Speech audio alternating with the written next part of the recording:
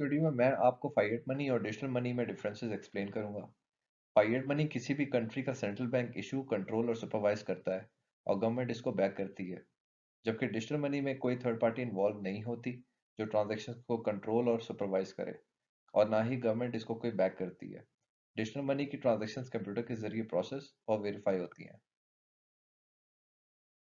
फाइएट money, जिसको हम paper money भी कहते हैं, टेंजिबल होती हैं और आपसे वो गिर भी सकती हैं या चोरी भी हो सकती हैं। जबकि डिजिटल मनी इनटेंजिबल होती हैं और इसकी कोई फिजिकल अपीयरेंस नहीं होती, और आपके फंड्स इसी सूरत में लूज होंगे जब आप अपना पासवर्ड किसी के साथ शेयर करेंगे या पासवर्ड कॉम्प्रोमाइज हो जाए। Fiat money physical medium of exchange है, मतलब आप किसी भी गुड्स और सर्विसेज के बदले इसे फिजिकली ट्रांसफर करते हैं। जबकि digital money digital medium of exchange है और सिर्फ डिजिटली ट्रांसफर होती हैं। अगर आपने क्रॉस बॉर्डर ट्रांजैक्शन करनी हो तो आप बैंक को अप्रोच करते हैं, और बैंक नॉर्मली 72 आवर्स या 3 दिन का टाइम लेता है आपकी ट्रांजैक्शन को प्रोसेस करने के लिए। लेकिन डिजिटल मनी की हम बात करें तो ये ट्रांजैक्शन इंस्टेंटली प्रोसेस हो जाती है।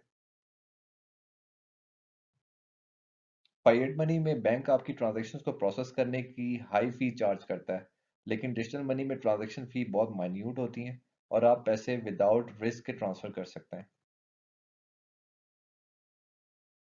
फाइएट मनी में फंड्स की डेली विड्रॉल की लिमिट होती है, अगर आप एटीएम कार्ड से पैसे विड्रॉ करते हैं, और लिमिट आपके अकाउंट की नेचर पर भी डिपेंड करती है। जबकि डिजिटल मनी में डेली विड्रॉल की कोई लिमिट नहीं होती और आप जितनी मर्जी अमाउंट विड्रॉ कर सकते हैं। फाइएट मनी को क्योंकि बैंक कंट्रोल करता है, इसलिए आपको कोई फाइनेंशियल ट्रांजैक्शन के लिए बैंक की टाइमिंग को भी ऑब्जर्व करना पड़ता है, क्योंकि बैंक टाइमिंग के बाद आपकी कोई ट्रांजैक्शन प्रोसेस नहीं होती। लेकिन डिजिटल मनी की ट्रांजैक्शन करने के लिए आपको बैंक या बैंक टाइमिंग की ज़रूरत नहीं होती, और आप 24/7 अपने फंड्स को एक्सेस, मैनेज और ट्रांजैक्शन को प्रोसेस कर सकते हैं।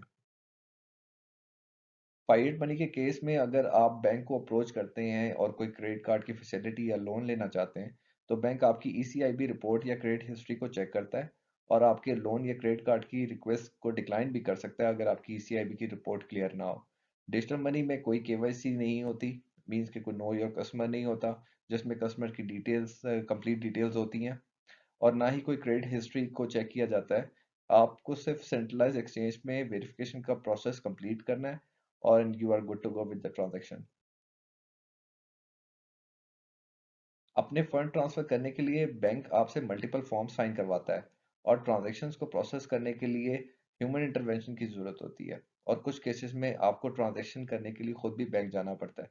लेकिन डिजिटल मनी की ट्रांजैक्शन करने के लिए ये सब आपको नहीं करना पड़ता, ना कोई पेपर वर्क होता है, ना ट्रांजैक्शन के लिए आपको फिजिकली अपीयर होना पड़ता है।